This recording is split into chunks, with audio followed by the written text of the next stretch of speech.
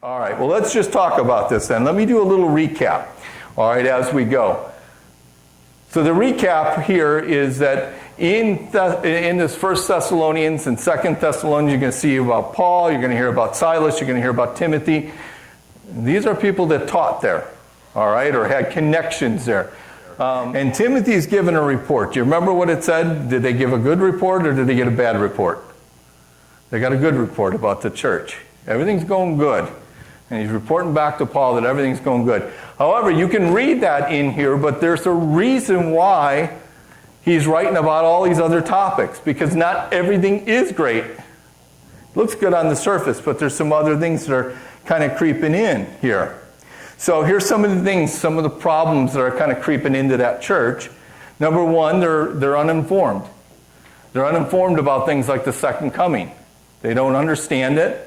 They don't understand what happens when someone dies. What happens to the body? What happens to the soul? Is God done with them, or is God still going to use them? And how does that work? How does the living and the dead connect? They don't understand any of this, right? And some of their early members were dying off. And so this was a concern for them, and they didn't know. They didn't have answers for that. And so this was important that Paul address this. There were some who didn't expect persecution. Afflictions and persecutions kind of caught them off guard. And they were starting to wander maybe a little bit, right? And yet, you heard throughout the passage we read that through affliction, they came to faith. Through affliction, with Paul, they were staying strong. And so the concern is, will they start to wander now, right? Some relied heavily on the wealthy to take care of the church. And so they relied, there's some really wealthy people, let's let them take care of it. And what started to happen is some people got a little lazy, a little idle, and they were telling them, no, you've got to get out and work. You got to do. And if not physically out doing labor, then do something in the church, right? It's not just all of a sudden, let's just let everybody else deal with it. And that's what he's talking to them about. And then they missed Paul. And they didn't understand why he was gone. And they were having a hard time, perhaps, with that. Like, why isn't Paul here when we need him, right? So I think when I'm looking at this, some of the things that I feel like they didn't grasp fully is they didn't understand this raising up and sending out concept too well as a church, perhaps. Maybe they didn't understand that bivocational ministry. And that can be a challenge for people. It can be a challenge for churches because in today and in the U.S., it has become more of a career. And I will tell you, that's one of the things, if you start to go through and you got Jim's top 10 lists of things that aggravate him when it comes to Christianity and ministry and stuff like that, is go ahead and make Christianity a career. I don't like Christianity as a career. It's a calling.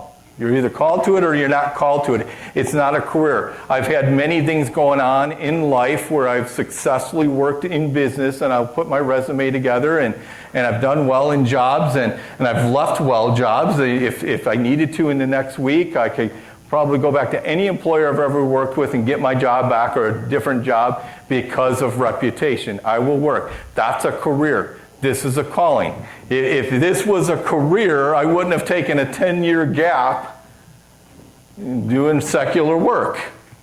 I would have just put the resume together, made it look really good, come up with some great ways that we're going to do this in the church and do that in the church, and just get hired because it's a career. I don't believe in it being a career. It's a calling. Okay? So the bivocational, I've always been strong in believing. Now, somebody is full-time in ministry, full-time in the church, I'm fine with that, again, as if they feel called to it and if the church is able to. But I kind of get this feeling that in today's society, that if somebody's bivocational or the church can't pay for the pastor to be full-time in the church, that there's something wrong. Something's broke. But yet we see it. Paul's doing it. And Paul's an example of it, and he's telling the people, listen, you got work to do, go and work, but still do ministry. And they just didn't get that. And I think it's hard sometimes to visualize sharing ministry leaders throughout the week. Paul's focus in these passages that we read was to restore hope.